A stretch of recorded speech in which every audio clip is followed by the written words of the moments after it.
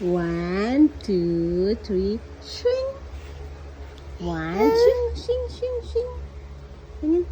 Swing, swing, swing, swing, swing.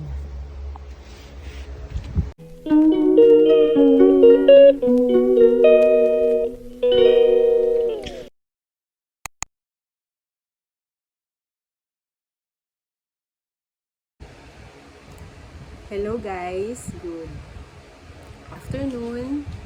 It's 3 p.m. in the afternoon. Today is September 5. So update ko lang po kayo. 18 months na po si 3D.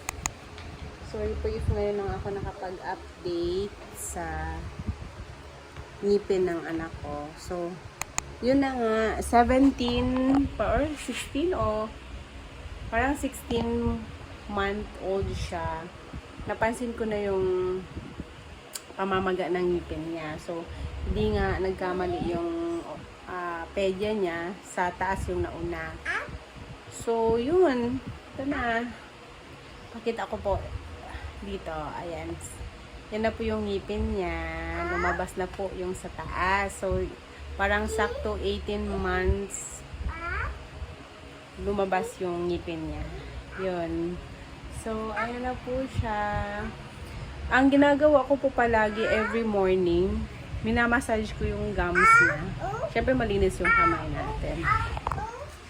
Kasi parang nagpo-push back kasi yung ngipin pag minamassage natin. Pero hindi ko alam kung may kinalaman yun, pero siguro nakatulong din. Pero yun na nga, before 18 months lalabas po yung ngipin nila, if late po, ganon. So after 18 months nga, ang sabi ng pedya naman, diba, is after 18 months wala pa rin, yun na yung ipapa-check up na siya. So yun lang po guys, yung update. Ang kulit-kulit ng anak ko, baka mahulog. Bye, thank you for watching.